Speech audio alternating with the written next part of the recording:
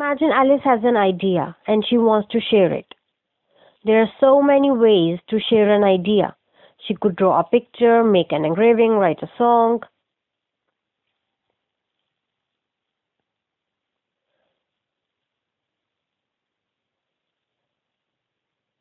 Send a telegraph or an email. But how are these things different? And more importantly, why are they the same?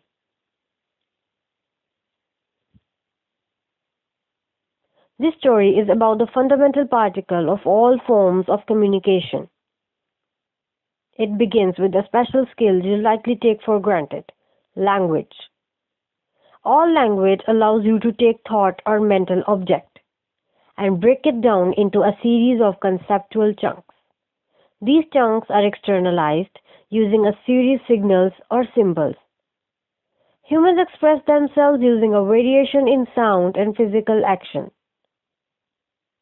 as do chirping birds and dancing bees, and man-made machines exchanging a dancing stream of electrical vibrations.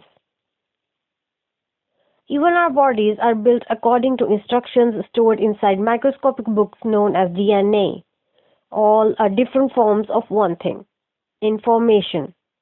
In simplest terms, information is what allows one mind to influence another. It's based on the idea of communication as selection. Information, no matter the form, can be measured using a fundamental unit.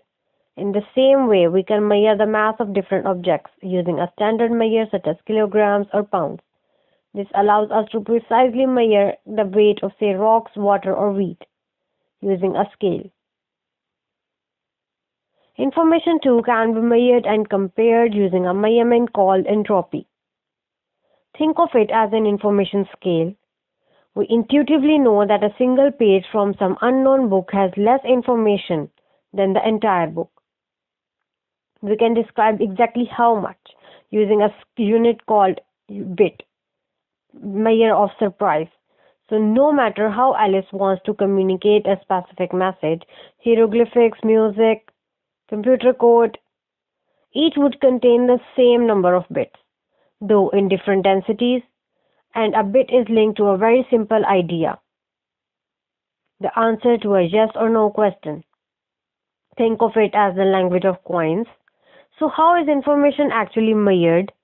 Does information have a speed limit, a maximum density?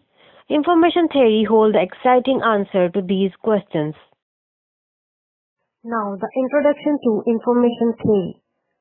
You may be wondering what science has to say about this. How does science correctly define information? How science has been able to objectively quantify the information? The answer to these questions lies in the heart of information theory.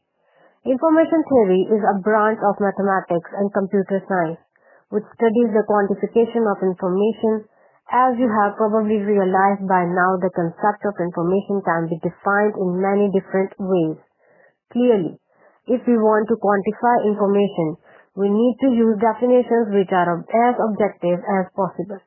While subjectivity can never be completely removed from equations, reality is after all always perceived and interpreted in a subjective manner. We now explore the definition of information, which is much more technical and objective. This is Claude Shannon, an American mathematician and electronic engineer who is now considered as the father of information theory. While working at the Bell Laboratories, he formulated a theory which aimed to quantify the communication of information.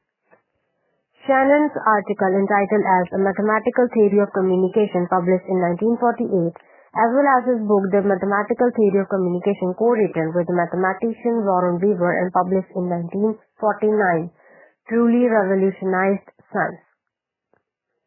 Shannon's theory tackled the problem of how to transmit information most efficiently through a given channel, as well as many other practical issues such as how to make communication more secure.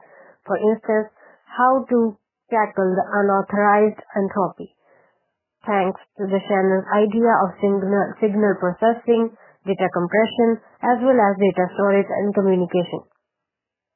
Useful applications have been found in many different areas. For instance, lossless data compression in zip files, while lossy data compression in other types of files such as MP3s or JPGs. Other important applications of information theory are within the fields of cryptography, thermal physics, neurobiology, or quantum computing, to name just a few. It is important to realize that Shannon's theory was created to find ways to optimize the physical encoding of the information and find the fundamental limits of signal processing operations. Because of these, Shannon's definition of information originally associated with the actual symbols which are used to encode a message. For instance, a letter, a word contained in a message and not intended to relate the actual interpretations assigned meaning or importance of the message. As we know, information itself does not really have an intrinsic objective meaning. What Shannon's theory aimed to tackle the practical issues completely unrelated to the qualitative properties such as meaningfulness, but more related to the actual encoding of the transformation of particular message.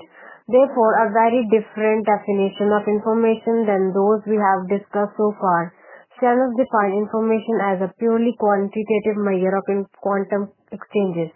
As we will see, Shannon's definition presents a way to measure the amount of information that computationally begin when one learns the outcome of a random process, and it is precisely the most probabilistic nature of Shannon's definition that turns out to be a very useful tool that one physicist and other science disciplines now use in many different areas of research.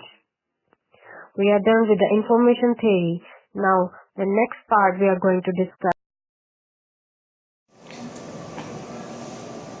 What is Shannon entropy? A statistical concept of entropy was introduced by Shannon in information theory and transmission in 1948. In thermodynamics, we deals with Boltzmann entropy. Boltzmann entropy describes disorderness in the universe, and information entropy or Shannon entropy describe average missing information or uncertain about the outcomes.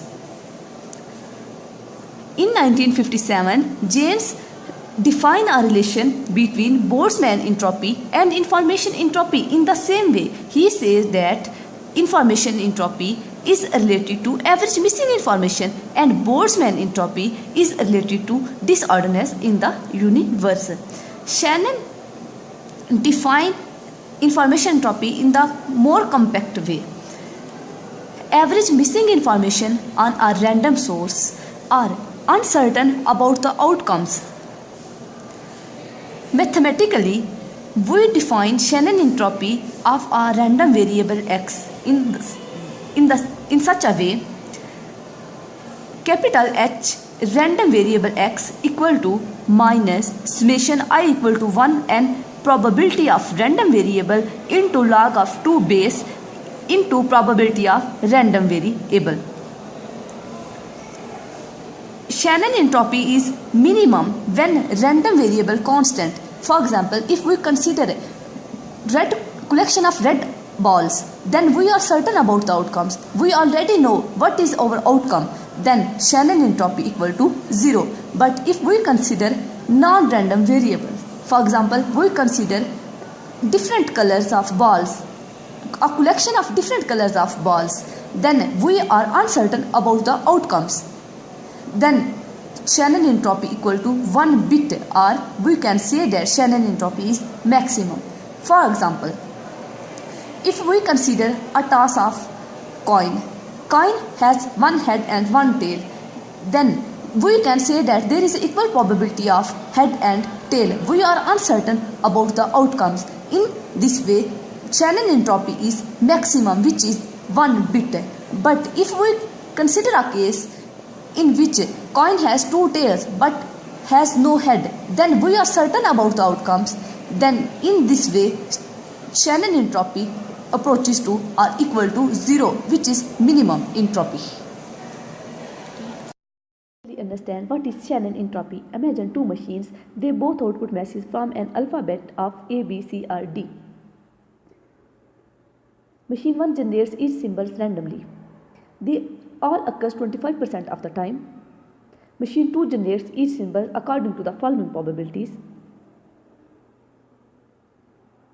Now, which machine is producing more information?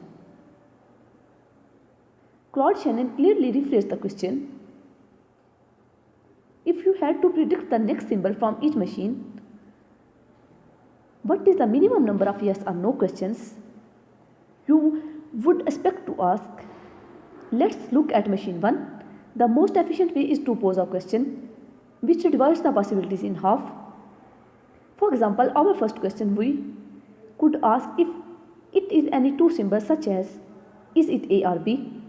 Since there is a 50% chance of A or B and a 50% chance of C or D after getting the answer, we can eliminate half of the possibilities and we will be left with two symbols both equally likely. So we simply pick one such as is it A, and after the second question we will have correctly identified the symbol, so we can say the uncertainty of machine 1 is 2 questions per symbol.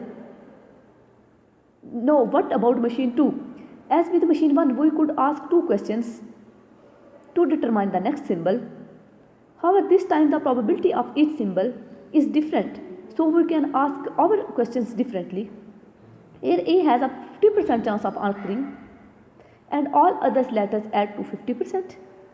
So we could start by asking is it A? If it is A, we are done. Only one question in this case. Otherwise we are left with 2 equal outcomes D or B and C. So we could ask is it D? If yes, we are done with 2 questions. Otherwise we have to ask a third question to identify which of the last 2 symbols it is.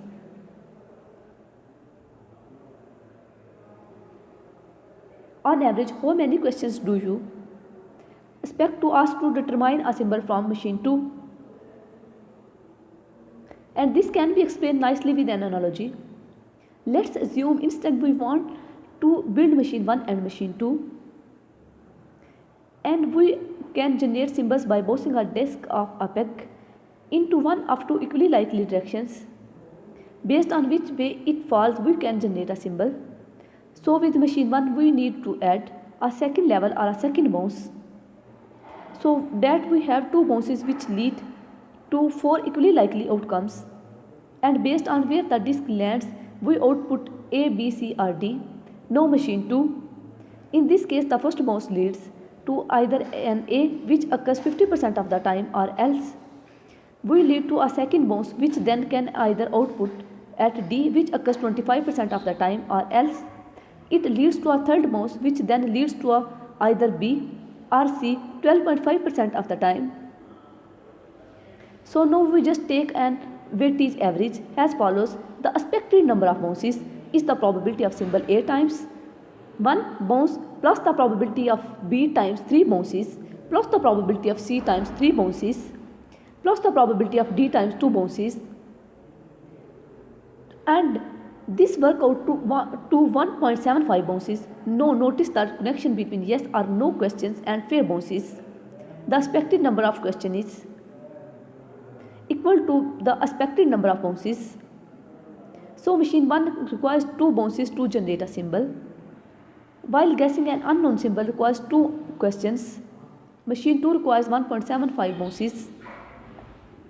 We need to ask 1.75 questions on average, meaning if we need to guess 100 symbols from both machines, we can expect to ask 200 questions from machine 1 and 175 questions for machine 2. So this means that machine 2 is producing less information because there is less uncertainty or surprise about its output, and that's it. Claude Shannon calls this measure of average uncertainty entropy, and he uses a letter H to represent it. And the unit of entropy Shannon choices is based on the uncertainty of a fair coin flip, and he calls this the bit, which is equivalent to a fair bounce. And we can arrive at the same result as the analogy. Entropy or H is the summation for each symbol. of the probability of that symbol times the number of bounces. Now the difference is how do we express number of bounces in a more general way, and we are seeing number of bounces depends how far down the tree we are, and we are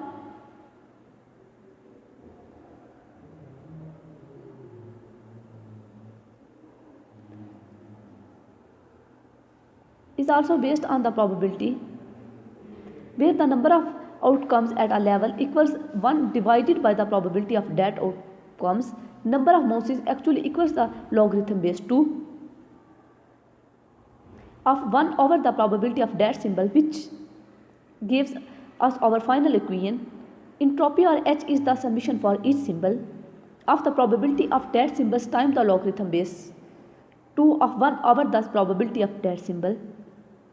And Shannon writes this slightly different, which just inverts the expression inside the logarithm, which cause us to add a negative, though both formulas give the same result. So let's summarize. Entropy is maximum when all outcomes are equally likely, and any time which move away from the entropy must go down or introduced predictably.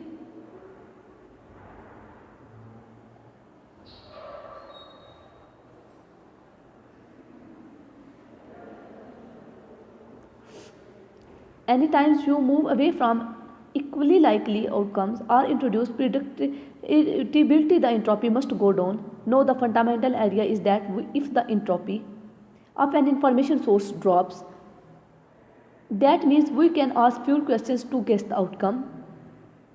And thanks to Shannon, the bit, which is the unit of entropy, is adopted as our quantitative measure of information or measure of surprise. Thanks for watching this video.